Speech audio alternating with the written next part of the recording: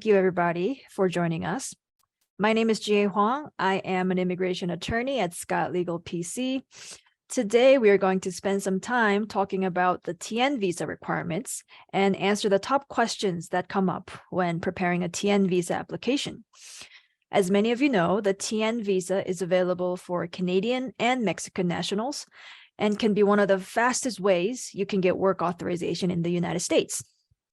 So just a few things before we get started. Scott Legal is a full-service immigration law firm. Our founder, Ian Scott, is a Canadian national, and he has personal experience navigating the TN visa. So we do know exactly what you are going through.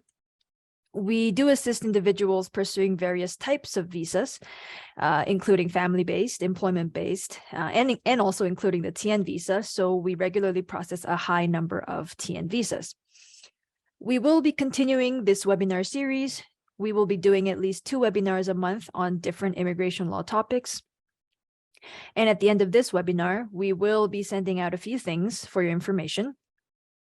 First, we will be sending you a PowerPoint that has all the information that will be covered in this webinar. We will also be sending you a TN visa guide, a comprehensive guide that you can use for your reference. We will also send a link to where you can sign up for additional webinars in the future, and also a link to this webinar as it will be recorded. And this webinar will be available on YouTube, and we encourage you to subscribe and hit the notification button to our channel as we regularly upload new videos regarding to a variety of immigration law topics. And also, we will be sending you a link, finally, to where you can set up a consultation with us if you're interested in going forward with a TN visa. So today, we are very lucky to have Dustin Saldariaga, Senior Associate at the firm, with a wealth of TN visa experience, who will be answering these commonly found questions regarding the TN visa. Finally, for any questions you may have, please feel free to add them to the chat box or using the Q&A function, and we will try and get to all questions. So without further delay, let us move to our first question. Hi, Dustin. Good afternoon. Good afternoon. So who qualifies for a TN visa? Let's start with the basics. Sure. So the TN visa was created through through NAFTA. So it is available to nationals of Canada or Mexico. And that's kind of the first threshold requirement, is you must have a passport from Canada or from Mexico. You must also be coming to the US to work in one of a number of listed professions. Those are listed in the TN regulations, and there are dozens of professions, from economists to management consultants to lawyers to dentists. So you must fall into one of those categories of professions and be coming to the US to work in one of those professions. Third, you need to have the required qualification for this specific profession that you're coming to the US to work in. Excuse me. And again, those qualifications are listed explicitly in the TN regulations. And we'll talk more about what that means and how to look for that and figure that out. You need to already have a job offer to work in the specific profession. And finally, you need to be coming to the US to work in that job and performing job duties that are consistent with that job. So if you're coming to the US to work as an economist, you do need to be actually performing the job duties that the US government thinks an economist should perform. And again, we'll talk a little bit more about that later in the presentation. Great. Thank you, Dustin, for that helpful overview. Now, why can the TN be an attractive option for people? Well, the TN visa is one of the simplest and most straightforward work visas, visas that do allow the recipient to work in the United States, especially for nationals of Canada, because nationals of Canada can actually apply at a port of entry, whether that's an airport or a land border crossing. There's no need for Canadians to apply at a consulate beforehand, for example. So it can be, and of course, if you're applying at a port of entry or at a land border, a land crossing, you get an immediate decision. And that's not the case for most other work visas in the United States. Nationals of Mexico do need to apply at a consulate beforehand, but even still, the application packet is the same as what a national of Canada would have to provide. And it is a quite streamlined and simple application. And, if you are a national of Canada or Mexico, and you're coming to the US to work for an employer, usually the TN would be the first option to consider, just because it is so quick and straightforward a process. Yeah, that makes a lot of sense. So for what professions then can someone receive a TN visa? So for the list of professions, the place that we as immigration lawyers will always go to is the regulations. Don't let the word regulation intimidate you. All you need to do is go on Google and search for TN NAFTA regulations. When you click that link, it should be the first link that comes up. You will see a list of all of the professions that are eligible for a TN visa. The first one is accountant. And you see there, it says baccalaureate or licenciatura degree, or a CPA, CA, CGA, or CMA. So right there, you have both one of the listed professions as well as the qualification that you need to show to qualify as an accountant. You either need one of these undergraduate degrees, baccalaureate or licenciatura, or you need the professional qualification of a CPA, CA, CGA, or CMA. And you would go through that process for whatever profession you fall into, whether you're an economist, a lawyer, a dentist. You would go to this list of regulations. You would see if your profession is listed on the list. And if it is, you would see what the qualification is and how you satisfy it. Great. So maybe then we can now talk a little bit about the details of the requirements for each profession. And maybe we can start with a general question: what defines what a specific profession would do in terms of job duties? Well, fortunately, the US government publishes what it thinks a given profession should do. So again, this is published online. So if you go on Google and you search for what is called the Occupational Outlook Handbook, that is a publication that is put out by the US Department of Labor. I believe it's the Bureau of Labor Statistics.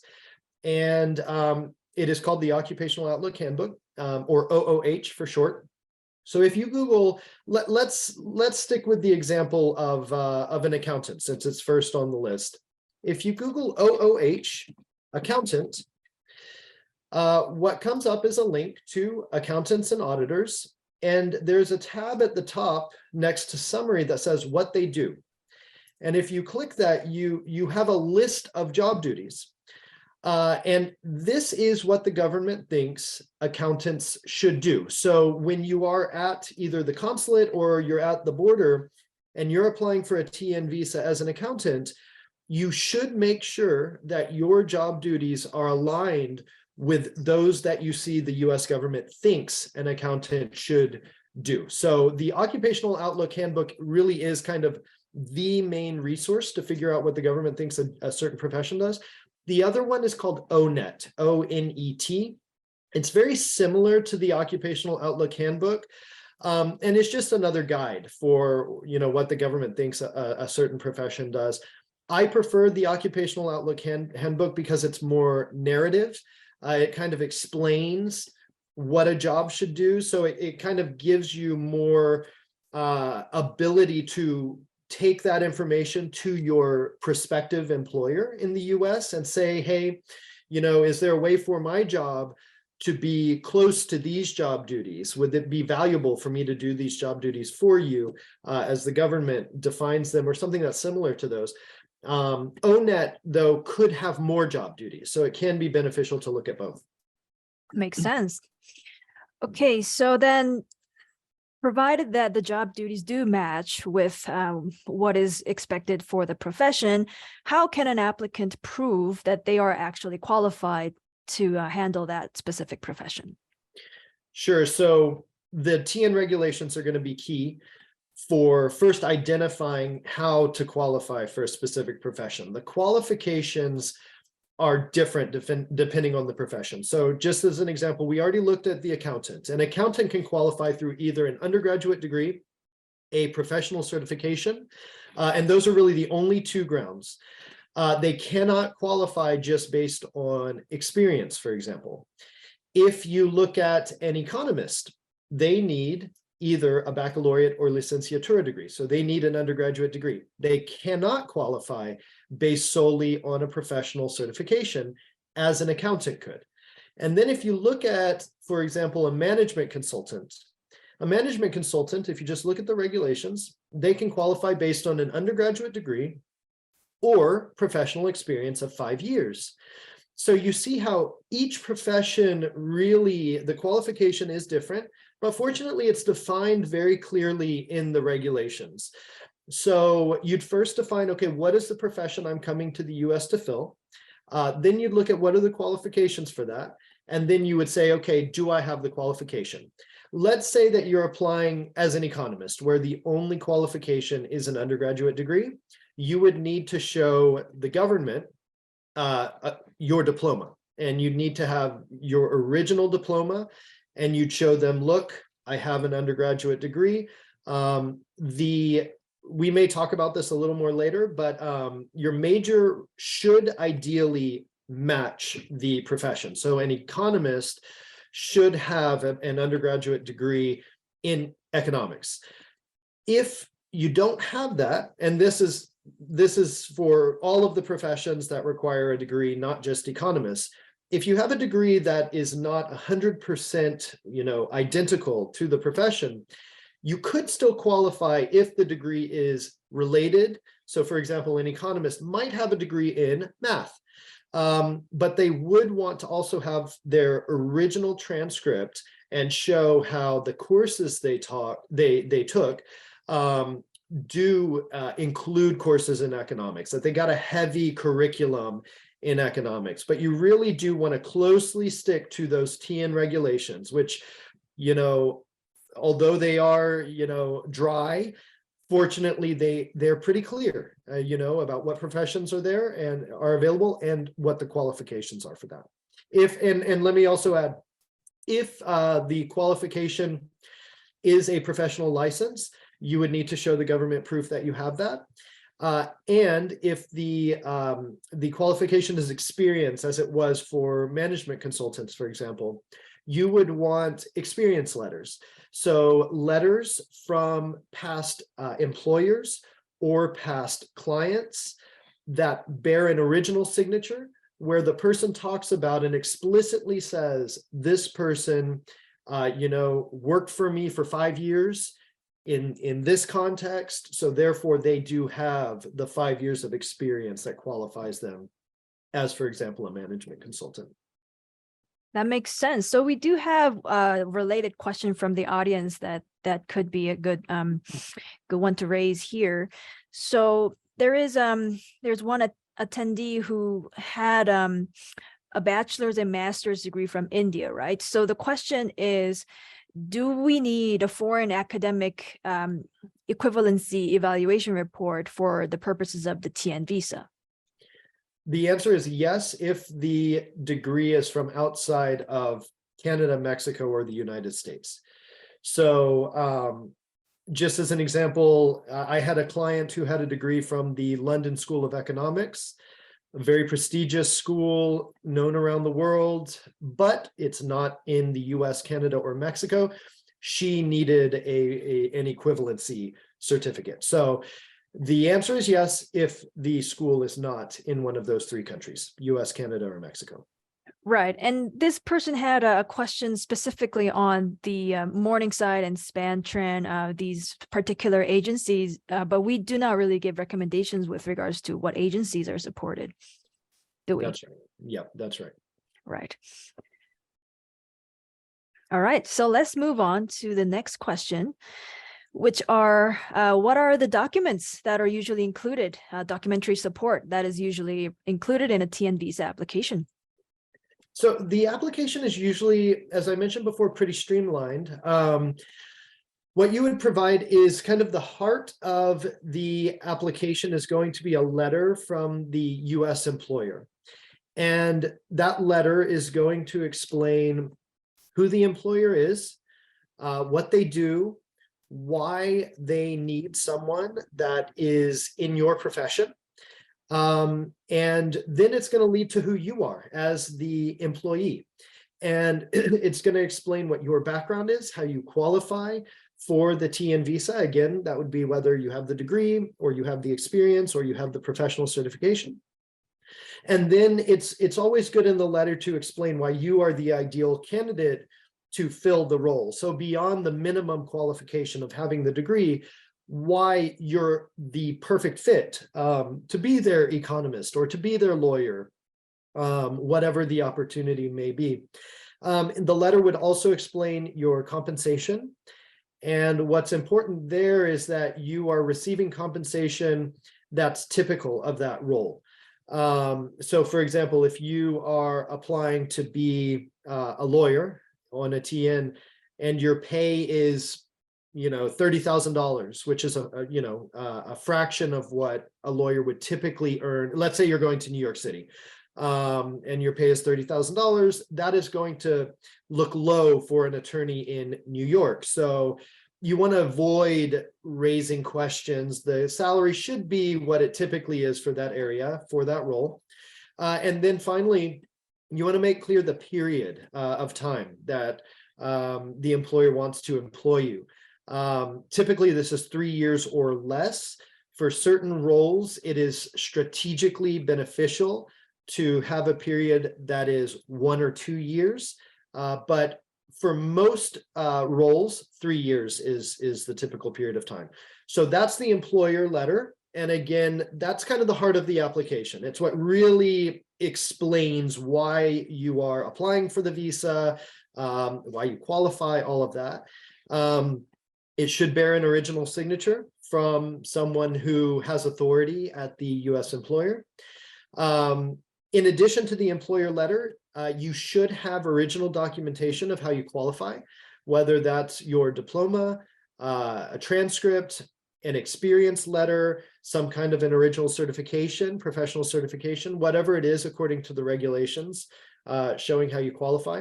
The reason you need the original is because border officials encounter a lot of fraud. And they are trained to be very skeptical when they see documents. So we are aware of officers rejecting applications or denying applications if the original is not included. So save yourself the time and the headache and just get the originals. Take the originals with you. Other documentation, of course, you need a passport. It needs to be a passport from Mexico. Or from Canada. And that's really it. Again, it's a fairly simple and straightforward application. You want to show how you're qualified. You want to show who you are, your passport. And you want to show that you have an employer in the US that is ready to employ you. And again, the packet's the same for nationals of Mexico or Canada. The only difference is how it's submitted. Thanks so much. That's very, very helpful. And we do have a related question that just popped up regarding the degree equivalency report issue. So someone asked, do they need an academic evaluation for a foreign bachelor degree from India, even if the person has a Canadian master's degree?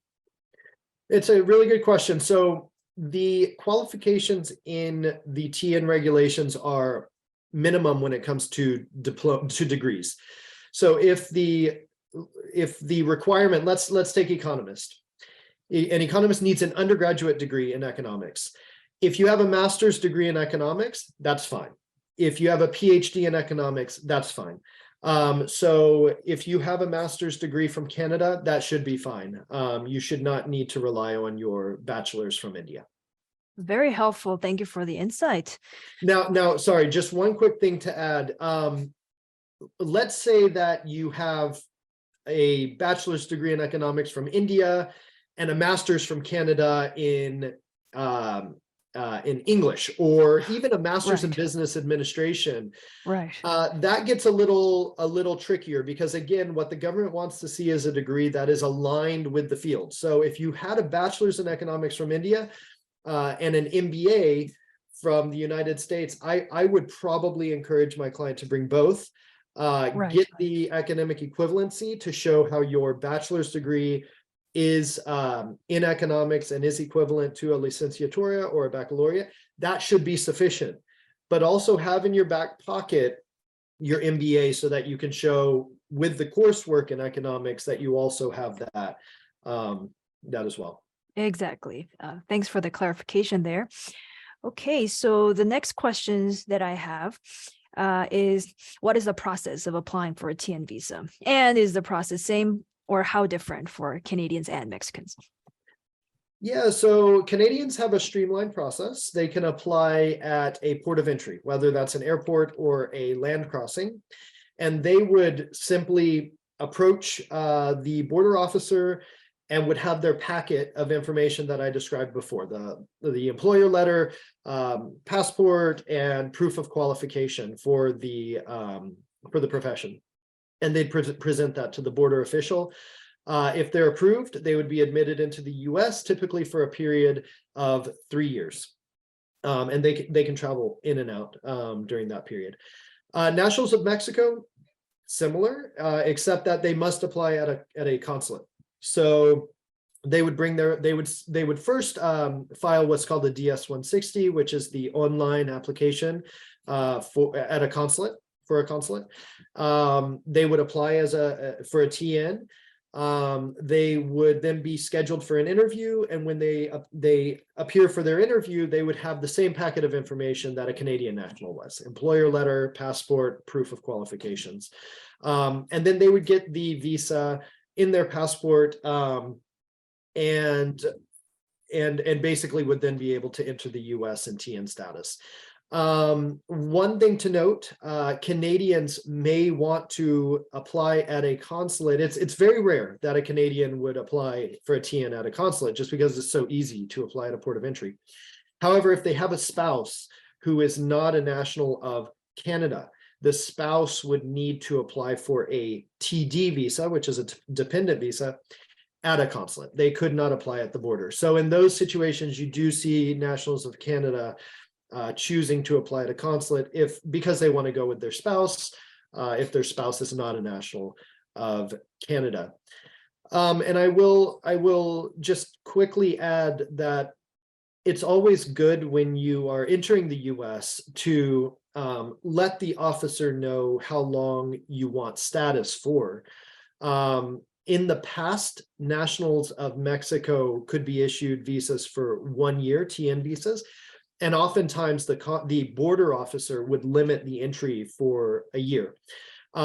They don't have to. So if someone is at the port of entry, they could say to the officer, my employment time frame is 3 years, as you can see from the letter. So I'd appreciate if you could give me status for 3 years. And oftentimes officers are willing to do that, even if the visa is for a shorter period.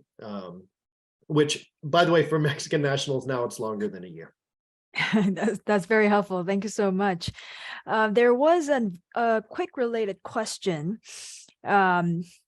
So as a Canadian, someone can go to either a land port of entry or airport pre-clearance for the TN visa application. Do we suggest, or is there a way to access any specific list of TN visa preferred port of entries? Yes, it's a very good question. The answer is there is. CBP on their website, they should publish which ports of entry are preferred. And really, that's especially relevant if you're a first-time applicant. It could also be helpful if you're renewing. So it is good to check that list, but especially if you're a first-time applicant, you are encouraged to visit one of those preferred ports of entry.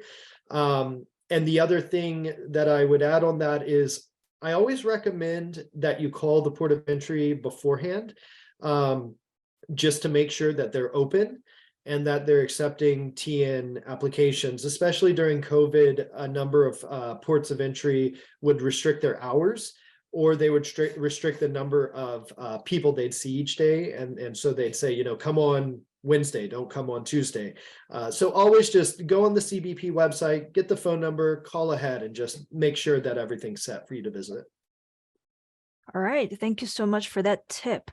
So we did have several questions asking about how to change somebody's status if they are already within the United States on a different status, such as an F1 visa performing post-completion OPT. How would one go about applying for TN status from within the US? Absolutely, very good question. Very common for that to happen. You would file with USCIS a Form I-129. And essentially with that form, you would apply for a change of status from, in this case, F1 to TN. And your supporting documentation would be what we've talked about before. It would be the employer letter. It would be proof that you qualify.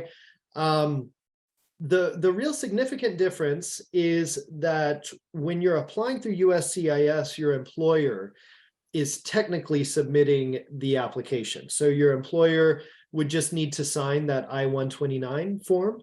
And the approval would essentially be issued to the employer, which would allow you to work for them. When you're applying either at a port of entry or at a consulate, it is you as the employee that's filing the application, and all the employer does is give you that employer letter. There is a filing fee with USCIS, which you can find if you Google I-129 filing fee. We can do that real quick. I think it's around $400 or $500. It's $460.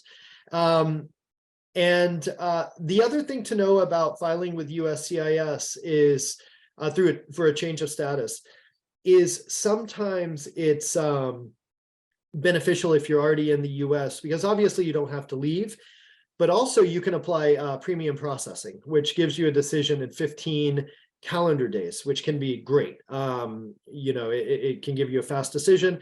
Premium processing does cost an additional $2,500, but if you are in a hurry and you want to start working soon, it is a good thing to keep in mind.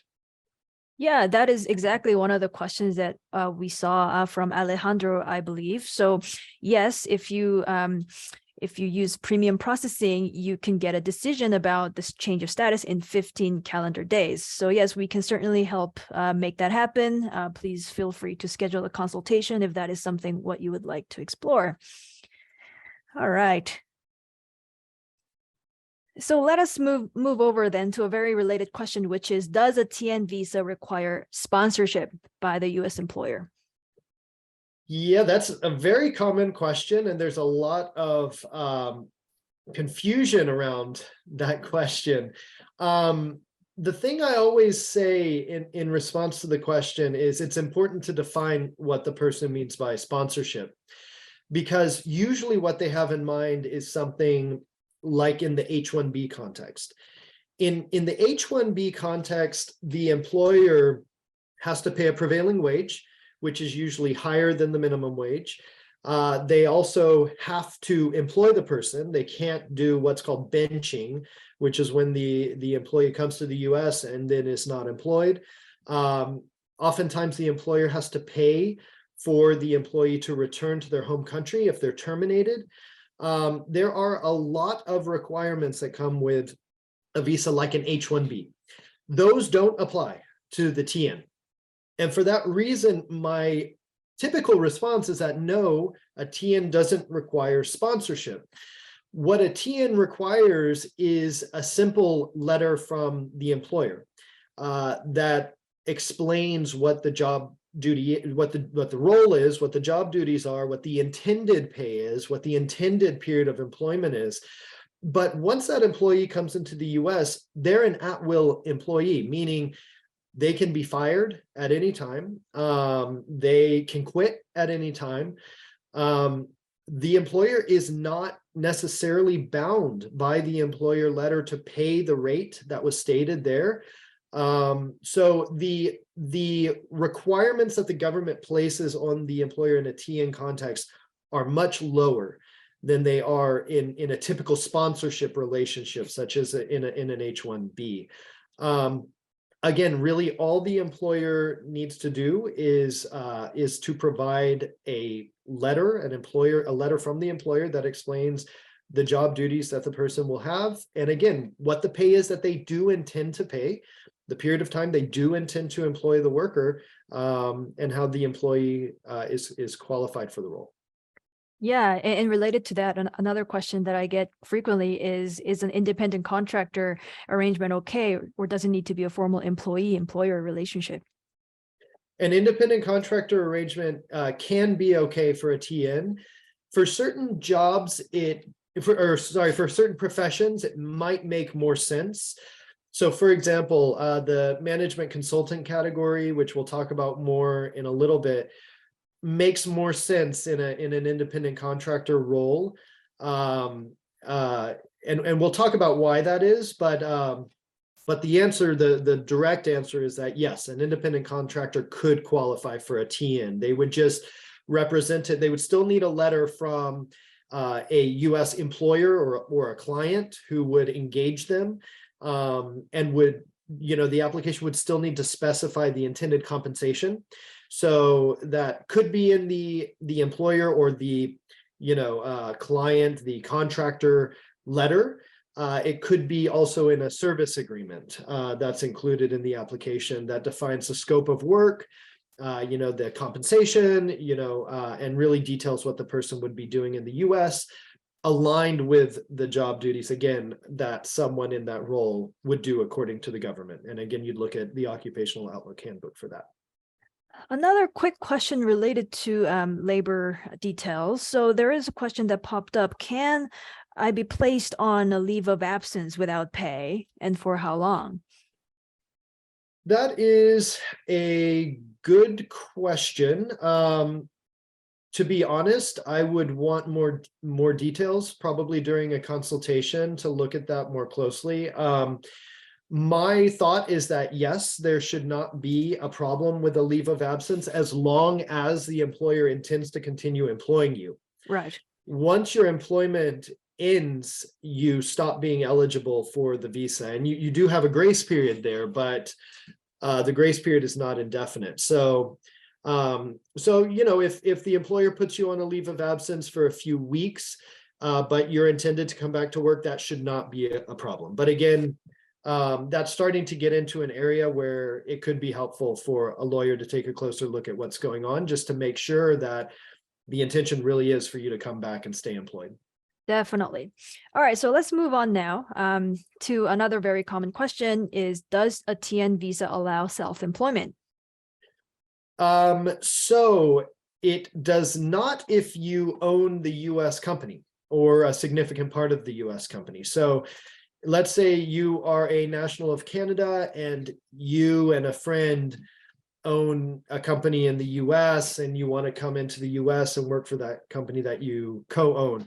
That is not going to work. Owning the company is kind of an immediate red flag, will almost certainly result in a denial if the officer knows about it.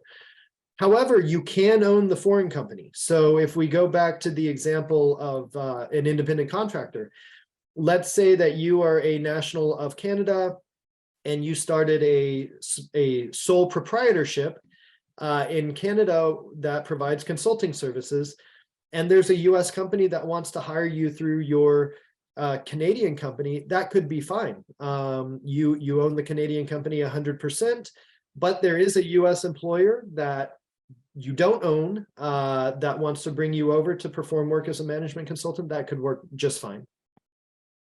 Great. Thanks for the insight. And now, so in general, what categories of professions then in the TN list of professions would really be especially challenging, such that more care would be needed when compiling a petition?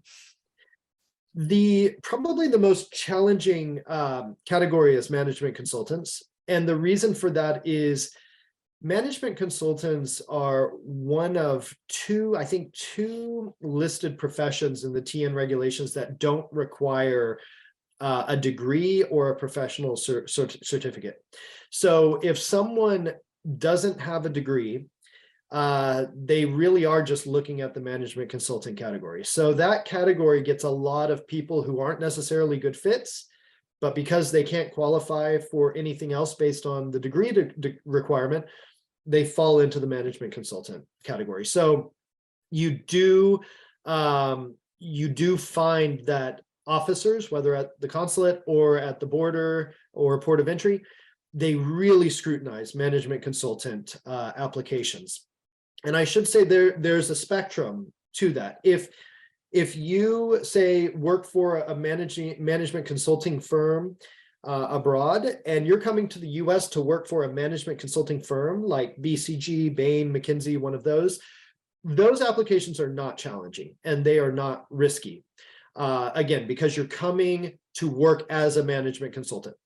Where these applications become very risky is if you are coming to the US to work as a management consultant for an employer that's not a management consulting firm. The example I like to use is, let's say you are an expert in solar panels in Canada.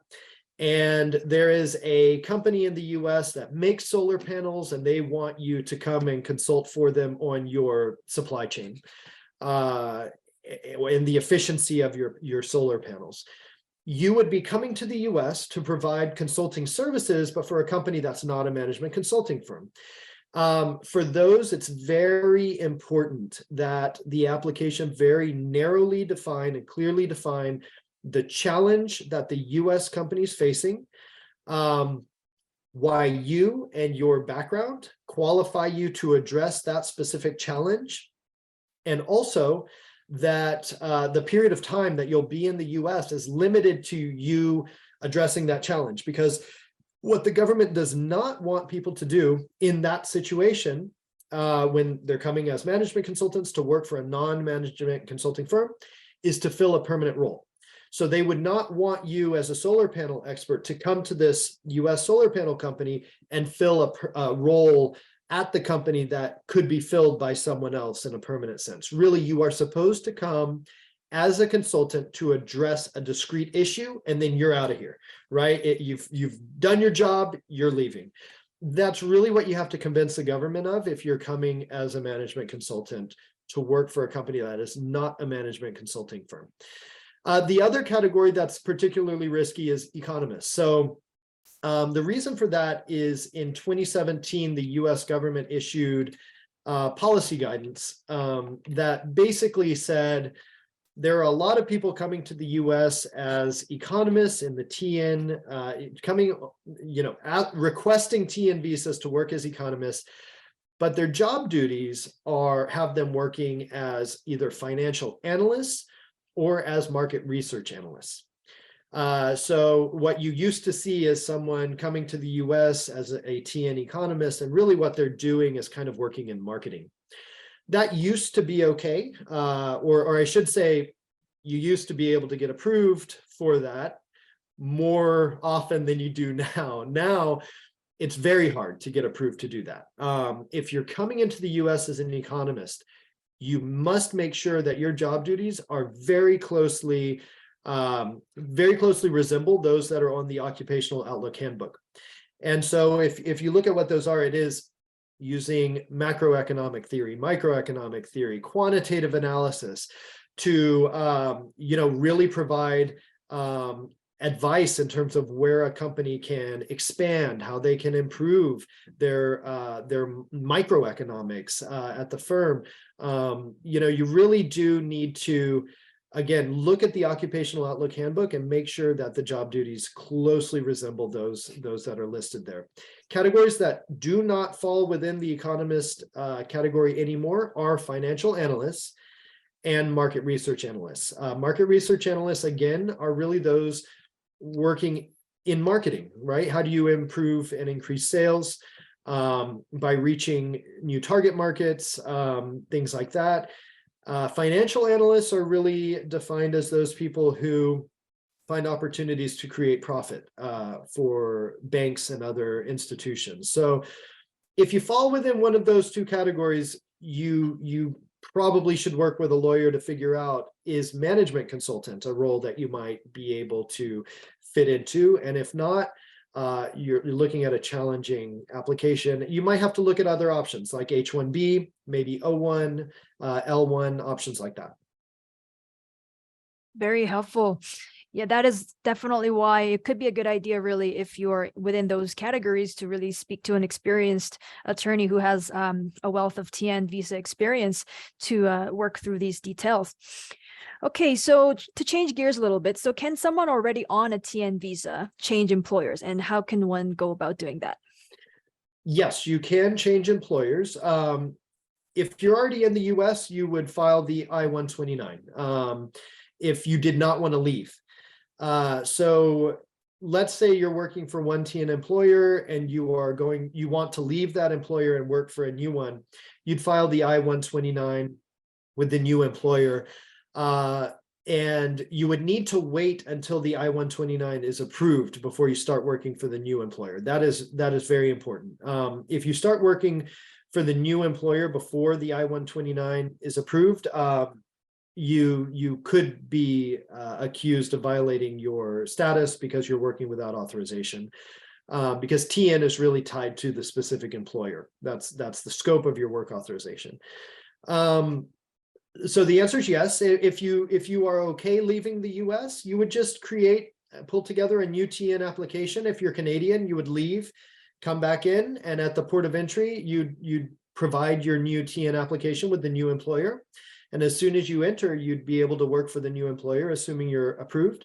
Nationals of Mexico could go through the consulate and do the same thing.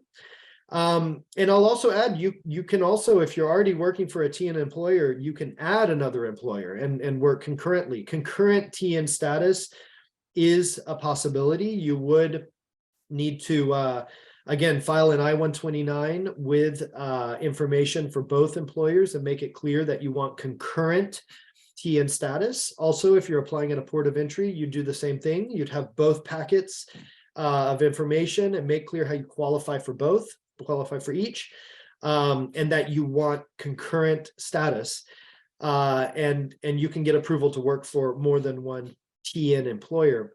Logistically, you want to make sure that it makes sense. So, you don't want to have two applications that say you're going to work 50 hours a week for each of them, and one is located 200 miles away from the other. The officer wants to see that, okay, it makes sense that you're able to work for these. You're working 25 hours a week for each, and they're pretty close to each other. You want it to make sense. And the other thing I'll just add is part-time is also okay on a TN. That's a common question. So yeah, you can work part-time for an employer on a TN, even if it's only for one employer. all right. So now maybe let's talk a little bit about family members. So what visa can family members get, and could they study or work in the United States? Family members, so spouses and children who are under 21 can get what's called a TD visa. It's just a dependent visa for a TN holder, and it allows them to study. It does not allow them to work. Right, and we did have a quick question in the Q&A box here of whether a TD holder can work remotely while they are in the US for a Canadian employer. The answer to that is no. You cannot work remotely in the US unless you have work authorization. And the reason for that is that the government takes the position that work is performed even if it's for an employer that's located outside the US, the location of the work is where the worker is. So if you're in the US without work authorization and you're working in the US, even for a foreign employer, you are working in the US according to the government, and you can be accused of working without authorization in that case, and that can have consequences if you apply for future immigration benefits. Definitely a great point to clarify here. So, just to give a constructive answer, if you're in that situation, you as the spouse would want to think about other options you have. So if you're a national of Canada, you could be eligible for an E2 visa. So we do see that quite a bit, actually. People who come to the US as dependents of a TN visa holder, they have an interest in starting their own thing, or maybe they have their own thing in Canada or Mexico and want to start it here. They can apply for an E2 visa. Mexicans are also eligible, and it would allow them to be entrepreneurs in the US and start their own business.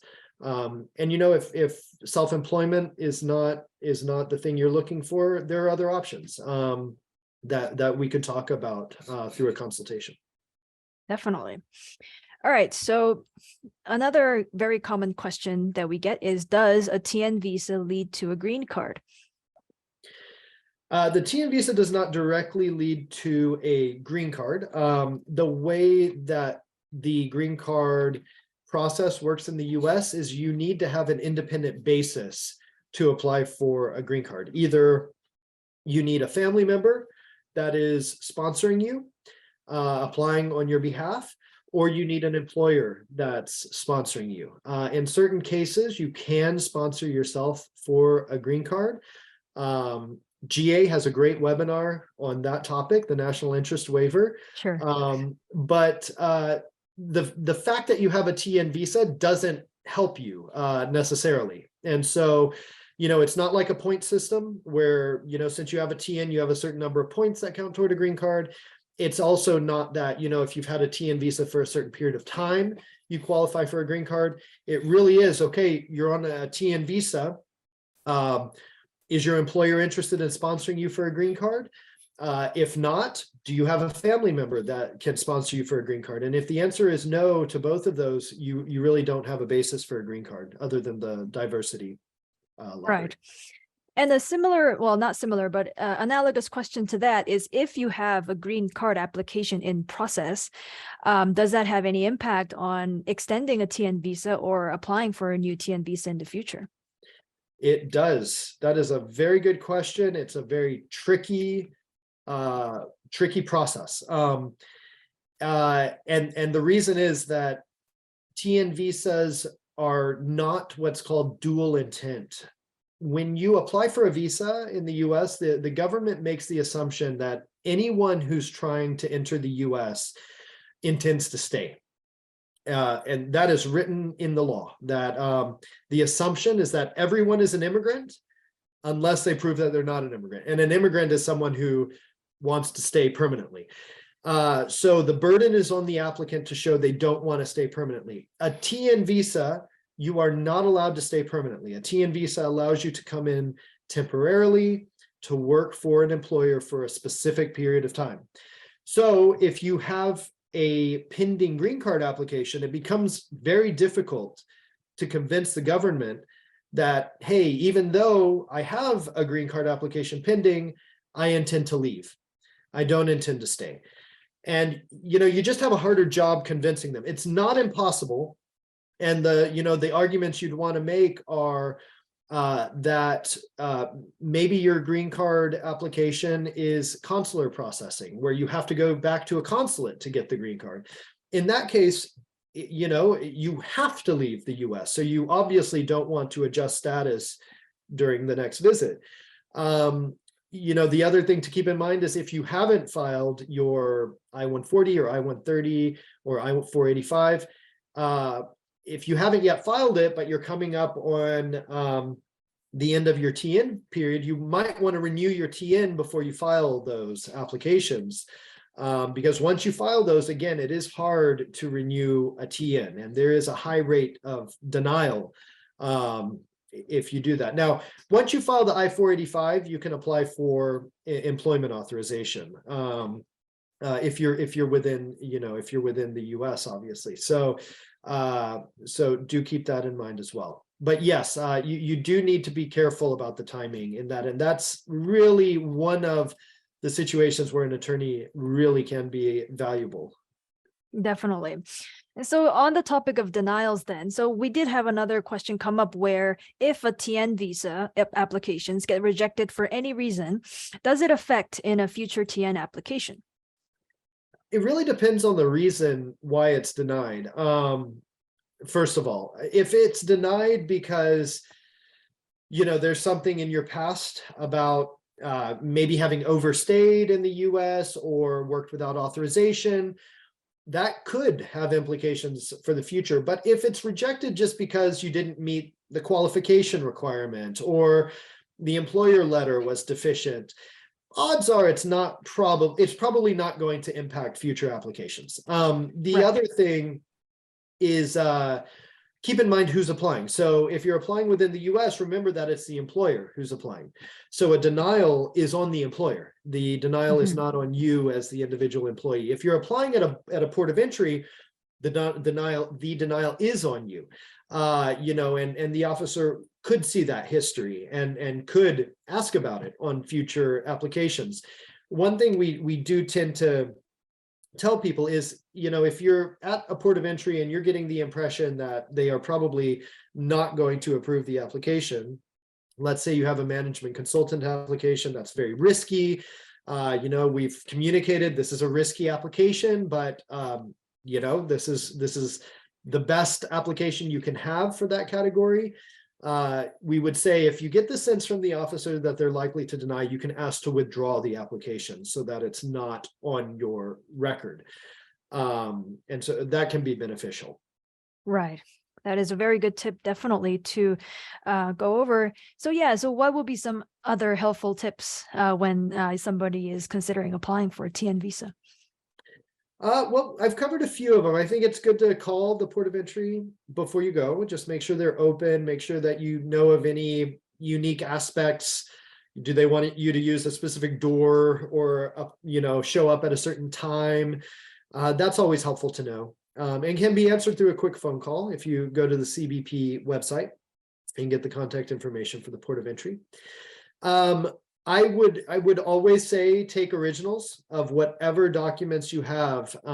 Again, because government officials, immigration officials encounter a lot of fraud and they're trained to be skeptical of documents. So bring originals. Any websites that you list in the documentation, such as in the employer letter, if you list the employer's website, make sure it's live. Click the website, visit it, and you don't want, because officers will click these things. So, or they'll put it into their computer and see, what is this company? You don't want them to put in a URL and then, the site is under construction or doesn't exist, so make sure all links work.